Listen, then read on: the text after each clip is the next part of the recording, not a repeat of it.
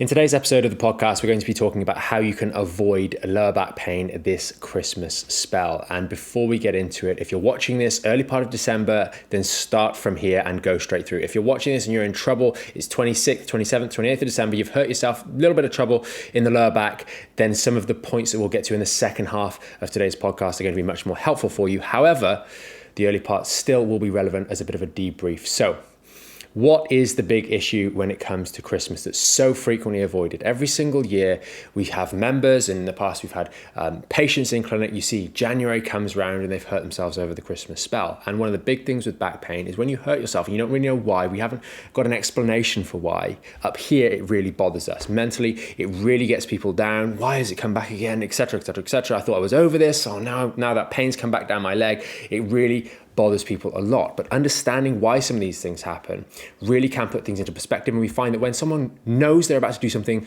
that is not going to be ideal, let's say it's on the spur of the moment, run a 10K that hasn't been prepared for, you're going to be sore the next day. When it comes to back pain, we often don't see some of these simple things of daily or simple actions of daily living that really do add up.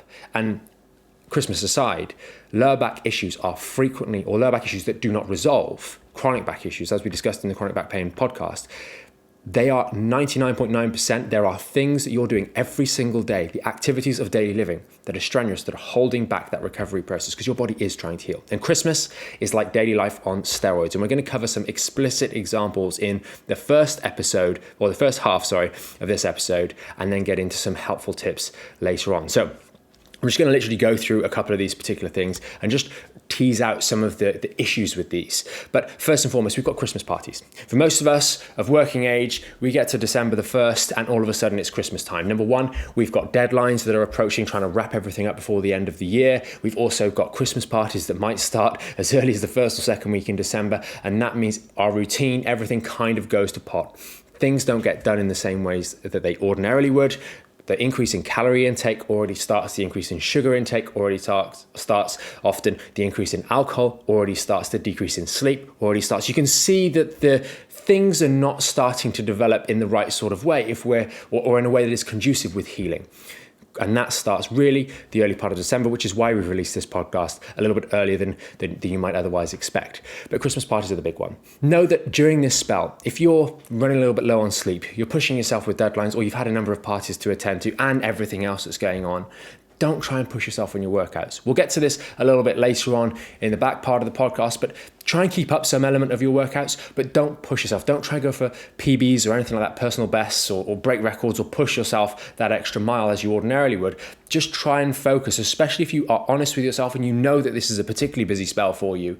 Try not to push yourself, but still get something in, because that something in is going to be really important. We discussed, for example, the role of activating your muscles and helping with the disposal of excess sugar, which is going to happen at the same time or this time of year, and how that's going to help dispose of excess sugar in the bloodstream, etc. So getting those workouts in, we discussed it on the podcast book review of Forever Strong, and that book obviously goes into a lot of detail on that sort of concept. But keeping up those workouts where you can at a baseline level is going to be really, really helpful in spite of these Christmas parties throwing you off out of routine a little bit.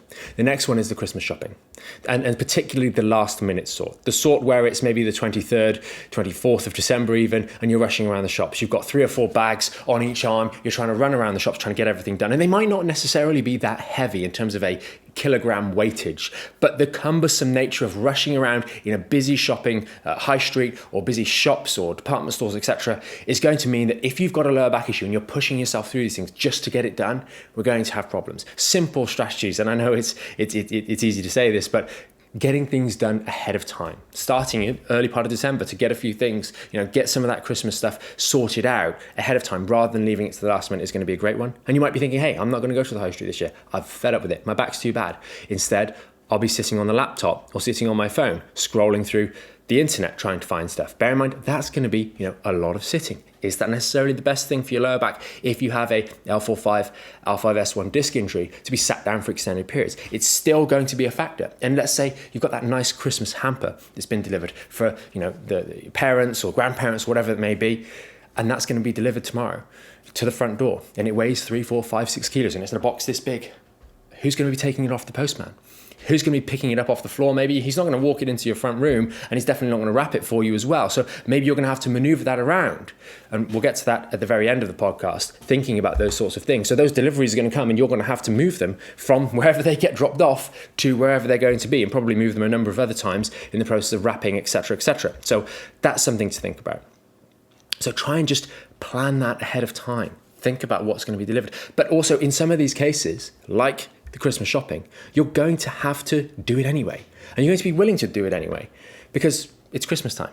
There's so many, aside from all of these little things that we're going to do that we're pointing out on today's podcast, it's not to scare you, it's just to make you aware and that you're going to do them anyway. That's the reality. And all too often, going off on a bit of a tangent here, people get concerned. Oh, I don't know about moving on to that 4 kilo weight, or those exercises, doing those, that sounds a little bit difficult for me. Even the simplistic ones, and we're reticent to push ourselves on the strengthening side of things. Oh, my back's actually started getting better. I've been doing a little bit of light exercises, and actually now I'm feeling okay. I won't push it anymore. But life's going to push you, so you need to make sure this is a perfect example of this, where life will demand that you carry load, that you do these things. And you might be thinking, well, I did a little bit of rehab, I haven't lifted any weights or anything like that, but my back's okay now, and I'm just not going to lift. Well, Christmas will make you lift. You will put more strain through your back one way or other. In spite of best intentions, it's going to happen. So the next thing we've got is, let's talk about traveling to visit family. You're going to be in the car for long journeys. Again, on that topic of lifting things, let's say you've got the family, you've got the kids in the car, let's say, well, they're going to be lifted up into the car in some cases. You're going to certainly have the suitcase. You're going to have all the presents you've packed. They're going to be lifted up into the car. All of this involves lifting. All of this involves maybe a little bit more, and then lifting a bunch of stuff to load up the car, and then all the suitcases, etc. Maybe you're staying overnight over a couple of nights, and then you're going to be doing a long drive. Things like that are going to be really could be problematic for your lower back. And as you're going through this, just think about some of these things that you're going to potentially have to do. And some of the tips we talk about, relief strategies and avoidance strategies later on, you need to start employing those. And we'll talk about that as we get around to that part of the podcast. But, if we're going to be going on long haul drives or longer drives or carrying these sorts of things, using the towel, which we'll talk about later, at the end of that drive, stopping for regular breaks on those long haul trips, getting out and walking, stretching your legs, moving around a little bit, because it's the stiffness that develops in the legs on those long drives that then pulls on the back in the next couple of days, and that creates a little bit of trouble. Using a little rolled up towel to support the lumbar lordosis in your car seat is going to be helpful. Often the lumbar supports in the cars aren't quite good enough, and the lumbar supports that you can buy often on Amazon and places like that, they tend to be too broad and therefore don't actually support the lower lumbar spine. They just kind of push you forwards and actually work really well for you to slouch into them even worse. So be mindful of those sorts of strategies. Having something as handy as a little biofreeze pot to take with you while you're traveling. The sprays, I think, are particularly good. They're around about maybe 10, 12 pounds from Boots. They don't cost a lot of money, but they can really help you just calm down any aggravation that might be there on that long drive during the holiday season. So those things to think about. Now, if you're hosting Christmas, let's say you've got the family around, everyone's coming over to see you. Think about that turkey. I was looking online before this episode, and the average turkey is sort of 4 to 5 kilos and 5 to 6 kilos, depending on how many people you've got coming round. That's a lot of weight. And I know for a fact that some people, as they're going through the strengthening process, they get a bit touchy. Oh, okay, start adding in weights. I don't really necessarily want to lift much more than 4 or 5 kilos, 5 or 6 kilos. Now think of that turkey that's on the oven tray. The oven tray weighs something as well. And then we've got the turkey. Then we've got all the trimmings around there. And then we're putting that in the oven, and it's a weight, and it's in front of us. It's not nice and close like a kettlebell might be or a dumbbell might be. It's in front of us. We start thinking about, actually, you know what? Real life has lots of examples where I'm having to lift weight and I don't really think about it. And this is what I go back to at the start of today's episode, and that we talked about on that chronic back pain episode, that people people don't quite realize, especially if they've got long-standing back pain that keeps coming and they can't really they've tried lots of different treatments, that so many of the things we do on a daily basis challenge the lower back, and Christmas is just another one of those great examples where lots of things happen all at the same time. So if you're hosting Christmas, you've also got, maybe you've got the nice plates out, and you've got, a stack of 10, and you're going to be carrying that, and then you're going to be loading the dishwasher, unloading the dishwasher. All of these things have challenges, and that's not to say don't do them, but that's to say that if you know that it's going to be challenging right now, and you know you're going to do it anyway, it'll put you in a much better place if you do get a little bit of back discomfort. Firstly, you're prepared for that. So you've got some of the strategies that we'll talk about at the end.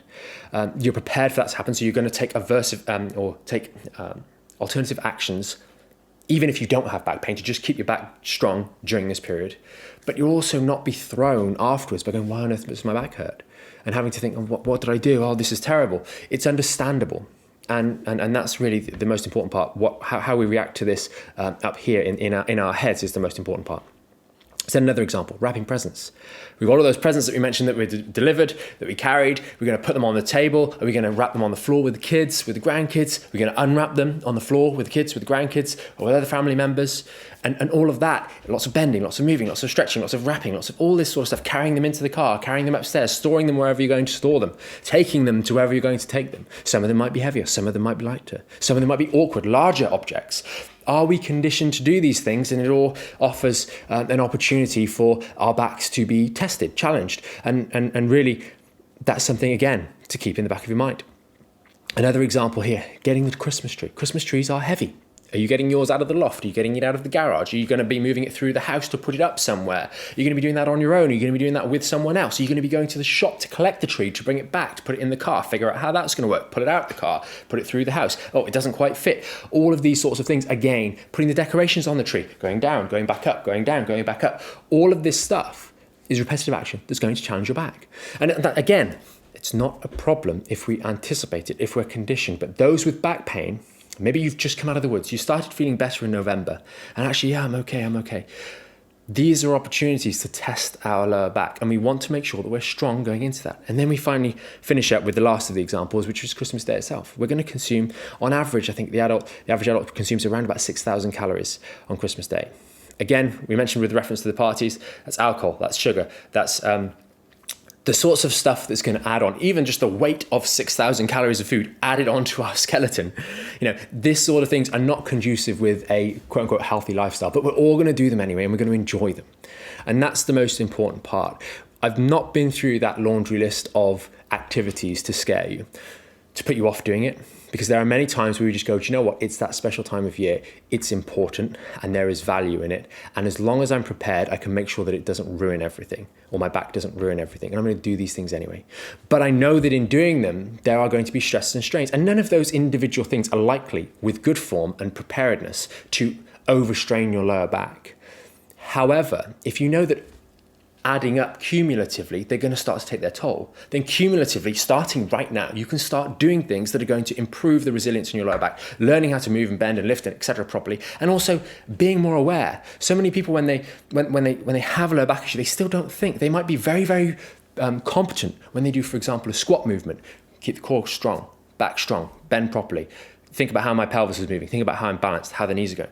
When we go to lift up the Christmas tree or whatever it is, we just kind of go down there and do it however we're going to do it. And it's taking that diligence that might be present in our exercise and applying it to those everyday activities that are going to be physical endeavors, so that we do them in the safest possible manner. That's applying the good practice of our exercises and our regular workouts to the activities of Christmas time, to make sure that we are doing things in a back-friendly manner, so that we decrease the likelihood of some reoccurrence of back pain or sciatica ruining the whole thing. So with that part out of the way, we're going to move on to the more positive uplifting part and the action and the this is what you're going to do part. And the first and most important thing to note is that it can be very nerve-wracking when you re-injure your back. Thoughts of when it first happened and, I ended up having surgery, or well, this, that, the other, I couldn't walk for 3 weeks, or whatever it might be, kind of flash through your mind. But most of the time when we have flare-ups, it is a minor aggravation. It's a minor objective damage to the tissues, if we will.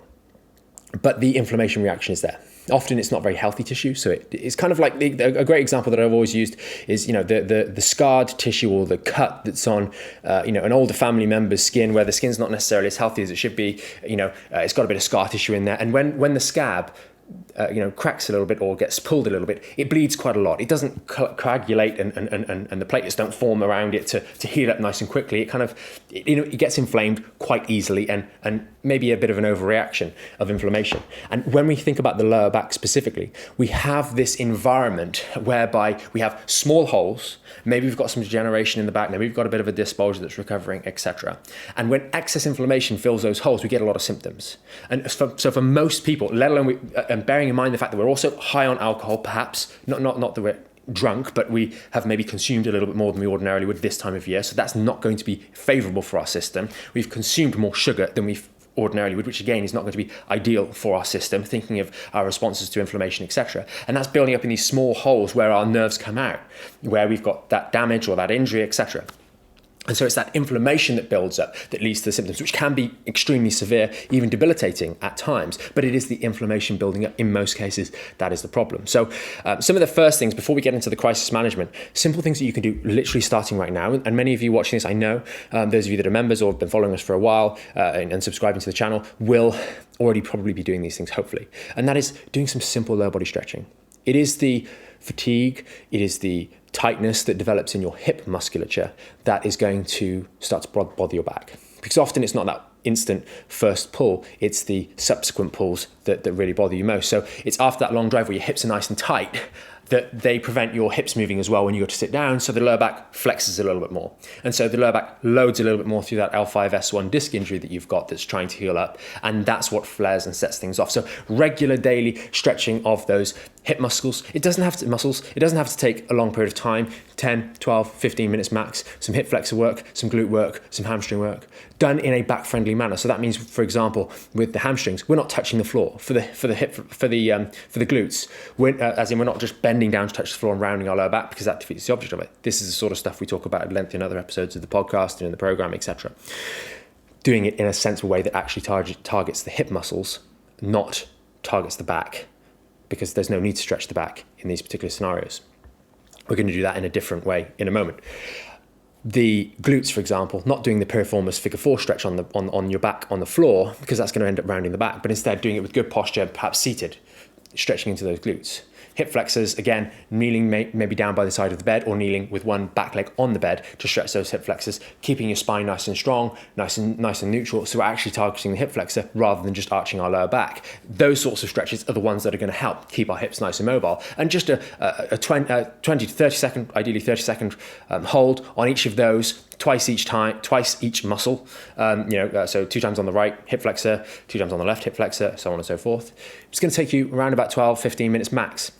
And you can do that twice a day, once a day, maybe a little bit more. Maybe you need to do it after you've been on the Christmas shopping. Maybe you need to do it after the long car journey, or after wrapping the presents, or before wrapping the presents, perhaps. Those sorts of things. So think about when we can employ these, but daily would be ideal to keep them nice and mobile in spite of what we're doing, which includes our workouts, if we're hopefully doing those.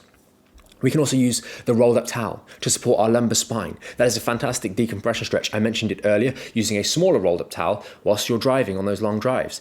But you can also use those smaller rolled up towels while you're sat in chairs to support your lower back a little bit more, especially in certain furniture, certain dining chairs, they can be a little bit uncomfortable. So using it to support the lower back as you're sat there will be a helpful tool as a sort of avoidance strategy, avoiding a problem developing. And obviously we've got the simple towel stretch that we talk about a lot on the program and a lot on the channel, that lower lumbar stretch to support the natural arch of the lordosis, lying back over the towel. And there's a dedicated podcast episode on that, so I won't bore you too much with the details, but lying back over that lumbar towel for 30 seconds to 5 minutes, 2, 3, 4 times a day.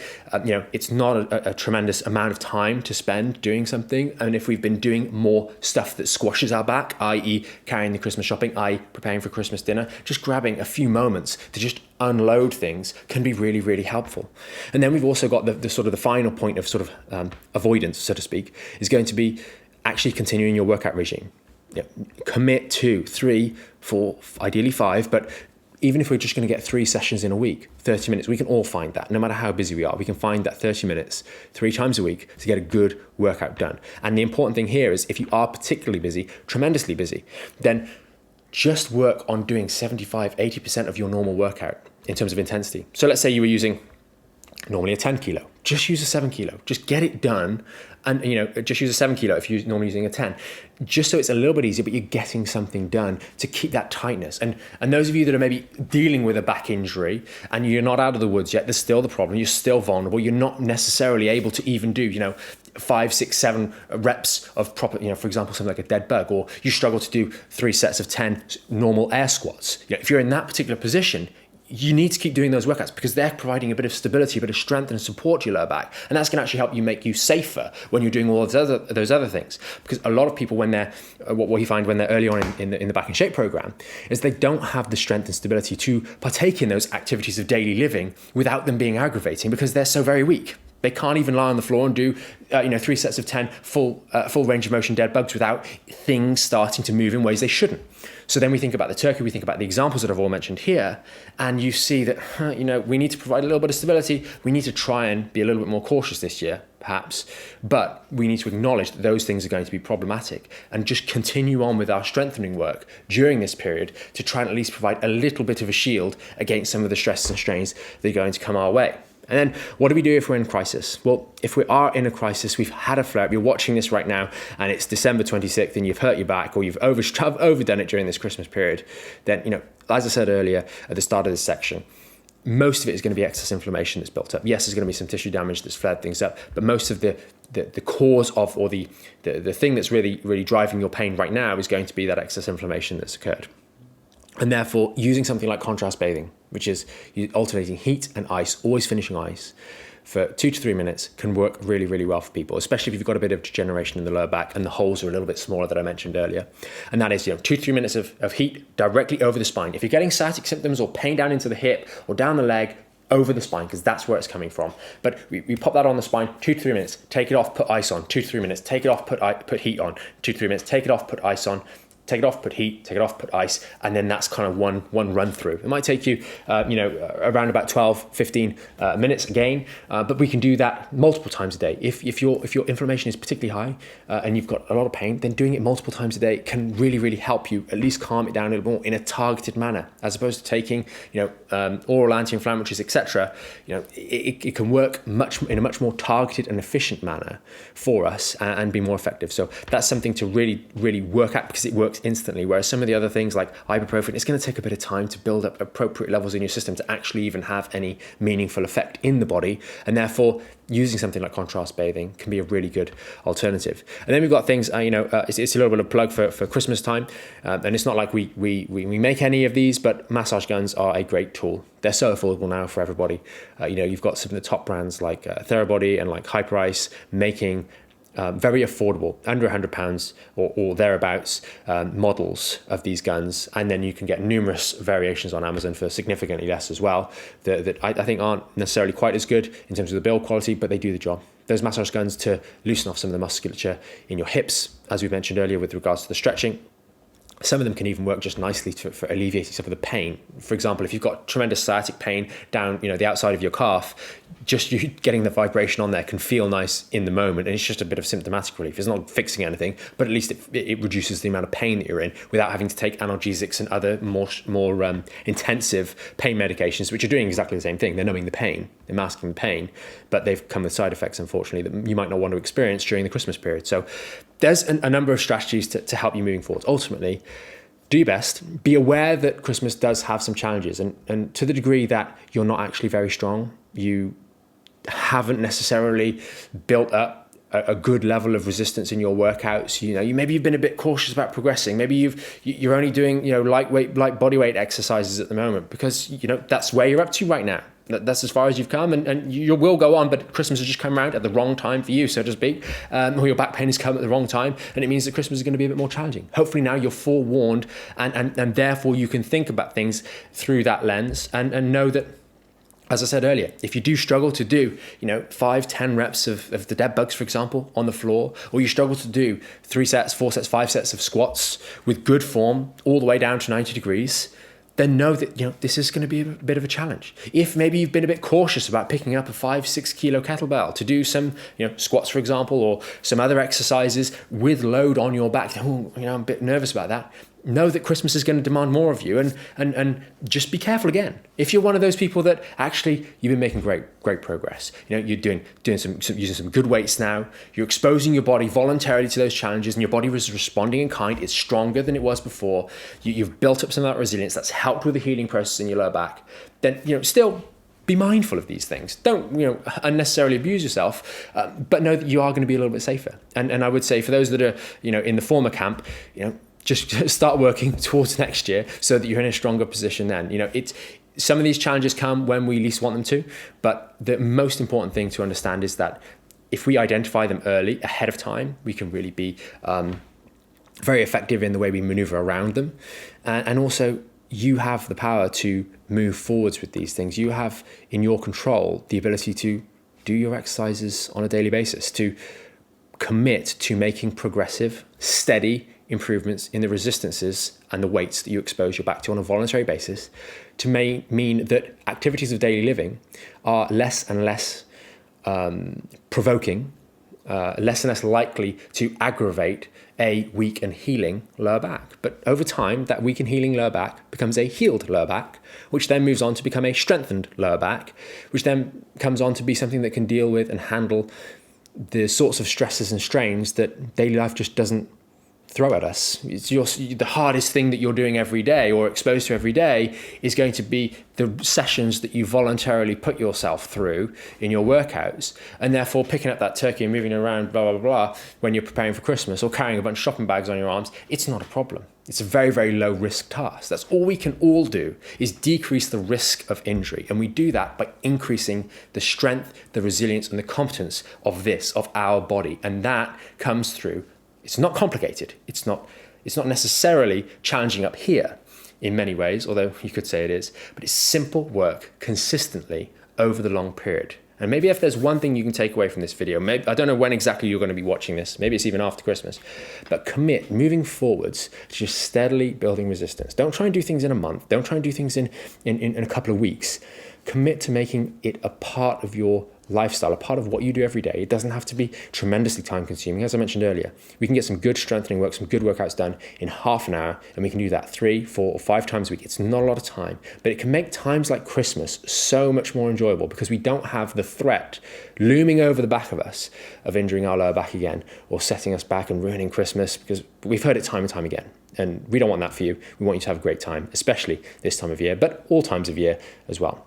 If you made it this far through the podcast, thanks so much for joining me. I do hope it's been a helpful one. If you are watching it earlier on in December, then you have been warned, and I'm glad you've seen it. And hopefully you'll be able to take on board some of these tips, some of these strategies, and move forwards in the best possible way. If there's any questions, anything that's ambiguous, anything you're not sure about, use that comment section underneath here.